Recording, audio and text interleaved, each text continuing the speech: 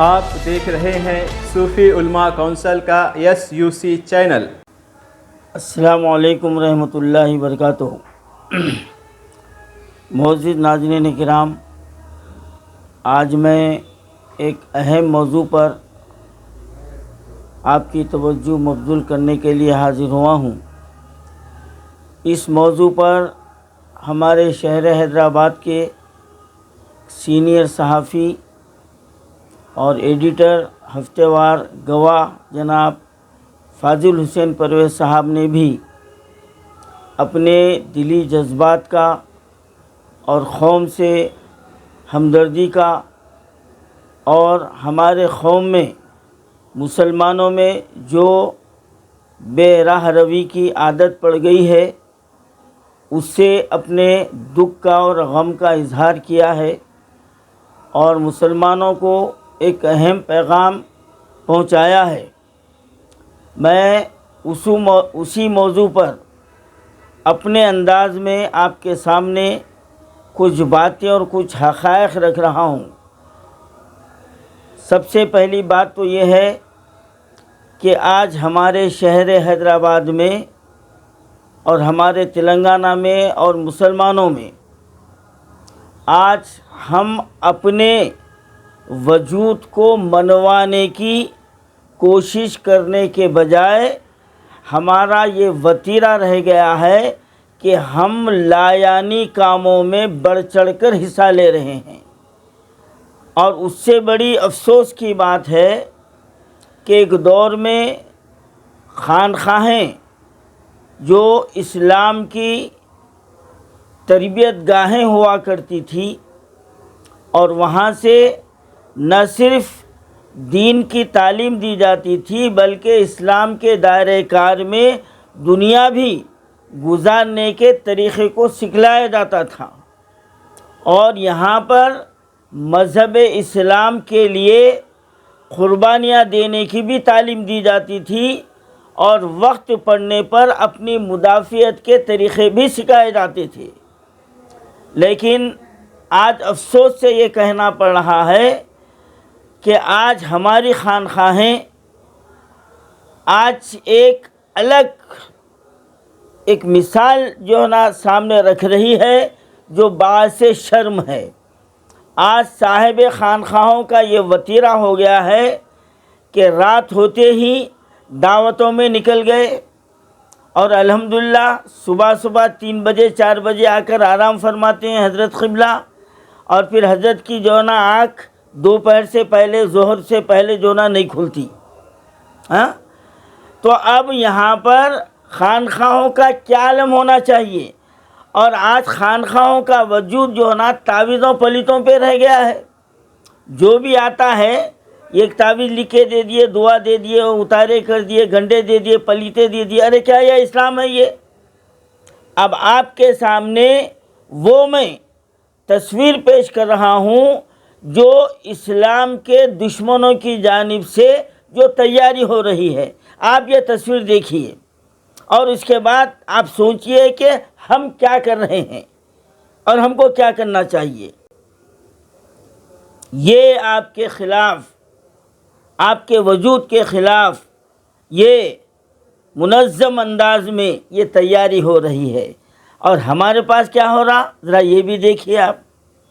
آج قوالیوں کے نام پر ہزاروں روپے لٹائے جا رہے ہیں، اور حد تو یہ ہو گئی ہے کہ جہاں اگر کوئی بت پرستی کی پوجا کرتا ہے تو اس کو مشرک کہتے ہیں، کافر کہتے ہیں۔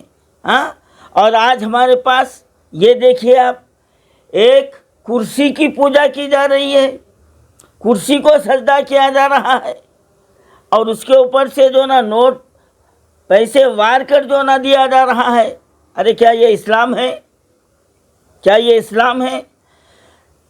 اور دوسرے طرف کیا ہو رہا ہے؟ نہ صرف لڑکوں کو بلکہ لڑکیوں کو بھی تربیت دی جا رہی ہے۔ دیکھیے آپ دیکھیے، عبرت حاصل کیجئے، غور و فکر کیجئے، آگے اس کا نتیجہ کیا ہونے والا ہے، یہ ہم کو کیا پیغام دیا جا رہا ہے، کیا پیغام دیا جا رہا ہے۔ اور یہ کس کے لیے تیاری ہو رہی ہے؟ اور آج ہمارا حال کیا ہے؟ شادیوں میں دیکھیے کیا ہوتا ہے ہمارے پاس، دیکھیے اب دیکھیے، ہاں 500 کے نوٹ اڑائے جاتے ہیں، ہاں نوٹوں کی بارش کی جاتی ہے، لیکن کوئی اچھے کام کے لیے وہ پیسہ نہیں دیا جاتا۔ طرح طرح کے پکوان پکائے جاتے ہیں، آدھے سے بڑھ کر پھینک دیا جاتا ہے، ہاں کوئی تکلیف نہیں ہوتی، لیکن کسی مستحق کی مدد کرنے میں ہمارے کو بڑی تکلیف ہوتی ہے۔ ہاں دیکھیے اب خانقاہوں میں کیا ہو رہا ہے، دیکھیے اب اپنی نظروں سے دیکھیے، دیکھ رہے ہیں نا اب کیا ہو رہا ہے خانقاہوں میں۔ کیا خانقاہ اسی لیے بنائی گئی تھی؟ اور صاحب خانقاہ کا تو وہ معیار ہے کہ حضرت نظام الدین اولیاء رحمۃ اللہ علیہ کے پاس اس وقت کے کئی بادشاہ ہیں، حاضری دینے کے لیے اجازت کے طلبگار تھے، لیکن حضرت نظام الدین محبوب الہی رحمۃ اللہ علیہ نے کسی کو اپنی خانقاہ میں آنے کی اجازت نہیں دی۔ حتیٰ کہ روایت میں یہ بھی آیا ہے کہ ایک بادشاہ نے کہا کہ میں بغیر اجازت کے آ جاؤں گا، تو حضرت نظام الدین اولیاء رحمۃ اللہ علیہ کا یہ جملہ تھا کہ ان سے کہہ دو کہ خادم کے گھر کے 2 دروازے ہیں، اگر وہ ایک دروازے سے آ جائیں گا تو یہ خادم دوسرے دروازے سے نکل جائیں گا۔ لیکن آج ہمارا حال کیا ہے؟ آج ہمارے صاحب خانقاہوں کا حال کیا ہے؟ ہاں کہ آج سیاست دانوں کے سامنے ہاتھ بن کے بیٹھے ہوئے ہیں اور یہ سفارش پہ سفارش کر رہے ہیں کہ ملاقات کا موقع دیا جائے۔ وہ ایمان کیا تھا اور آج کا ایمان یہ ہے، ہاں وہ زندگی کیا تھی اور آج کی زندگی کیا ہے، اور یہ ان کو فکر نہیں ہے کہ ہمارے قوم کے ساتھ کیا ہونے والا ہے، ہماری قوم کے ساتھ کیا ہو رہا ہے، ہم کو کس مسند رشد و ہدایت کا جانشین بنایا گیا ہے، اس کا تک احساس نہیں ہے۔ بس احساس یہ ہے کہ مغرب کی نماز کے بعد لسٹ دیکھی جاتی ہے کہ آج کہاں کہاں پر دعوت ہے، کہاں عرس ہے، کہاں شادی ہے، کہاں ولیمہ ہے، ہاں یہ لسٹ دیکھی جاتی ہے، لیکن یہ نہیں دیکھا جاتا کہ آپ کے جو پیروکار ہیں، آپ کے جو مریدین ہیں، وہ کیا کر رہے ہیں، ان کے بچے کیا کر رہے ہیں، ان کی زندگی کس جانب جا رہی ہے، وہ کس نوعیت سے وہ اپنی زندگی گزار رہے ہیں۔ یہ صاحب خانقاہ کو فکر نہیں ہے میرے بھائی، بلکہ یہ کہا جاتا ہے ماہانہ فاتحہ میں آنا، قوالی میں آنا، نذرانے پیش کرنا، پیرانے پیر کی 11ویں کرنا۔ ارے کریے صاحب، کون منع کیا آپ کو؟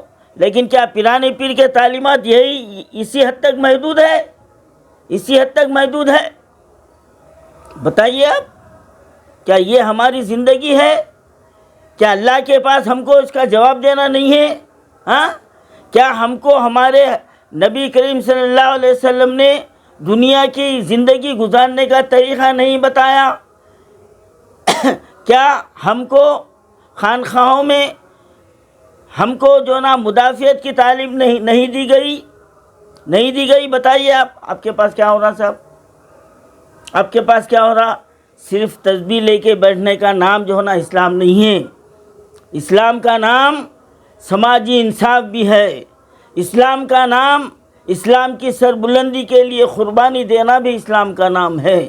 ہاں صرف دعوتیں قبول کرنا سنت نہیں ہے، بلکہ جیل کو بھی جانا سنت ہے، بلکہ پتھر بھی کھانا سنت ہے۔ آج وہ سنت وہ ہم سے کہاں ہوتا؟ تو پھر کھانے کی سنت ادا کرنا ہوتا آپ سے، یہی اسلام ہے۔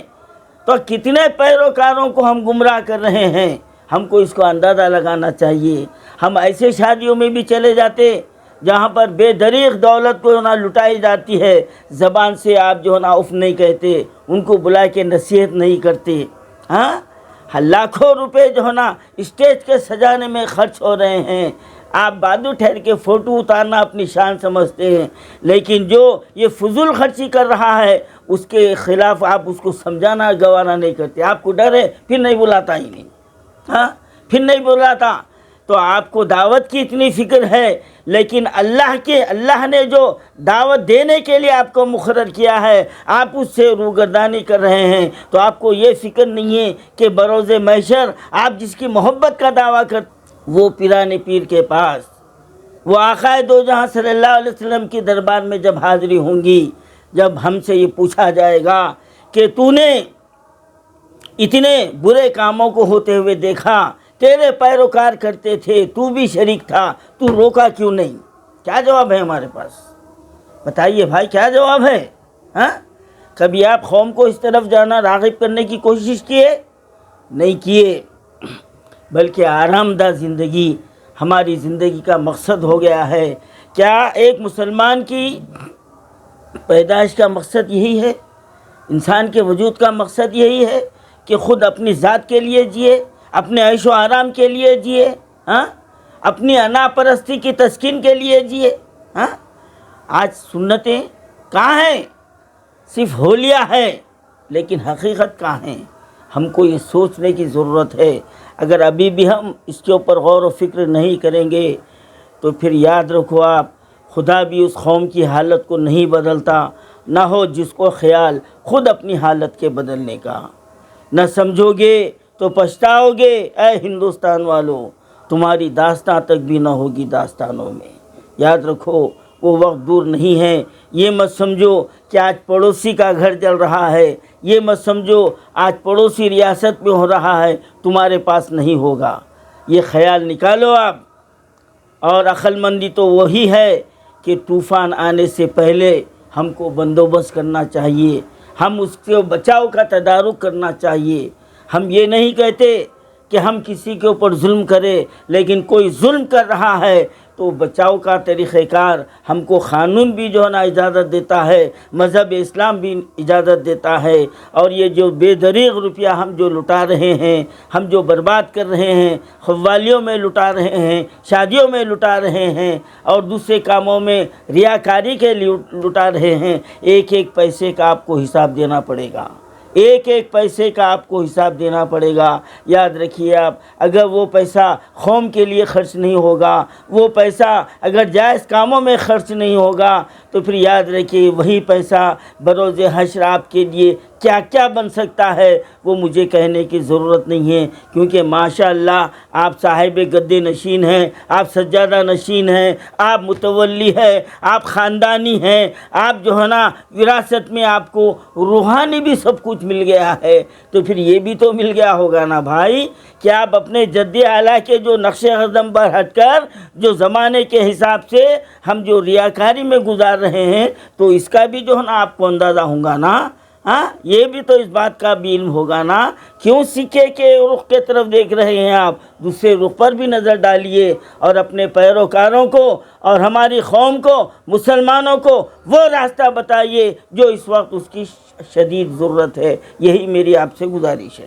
مدنی شفا پاؤڈر، کیا آپ قبض سے پریشان ہیں؟ کیا آپ موٹاپا سے پریشان ہیں؟ کیا آپ کا پیٹ بڑا ہو گیا ہے؟ کیا آپ کو کولیسٹرول ہے؟ تو آپ کو پریشان ہونے کی ضرورت نہیں۔ مدنی شفا پاؤڈر استعمال کیجئے اور معدے کی جملہ بیماریوں کو بھگائیے۔ شوگر بی پی کے مریض بھی استعمال کر سکتے ہیں، کوئی پرہیز نہیں، کوئی سائیڈ افیکٹ نہیں۔ ہماری دوائیاں ان پتوں پر دستیاب ہے: Madani herbal medical centre, Huda colony, main road, 9 number, Kishan Bagh, Hyderabad. Marhaba Unani medical store, opposite Charminar hospital, ladies gate, fire station road, Charminar, Hyderabad. Madrasa Diniya Mahmoodiya near Sohana function hall, beside Masjid Noor الہی، چندران گٹا، حیدرآباد۔ مزید تفصیلات کے لیے فون نمبر 7028271369 پر رقم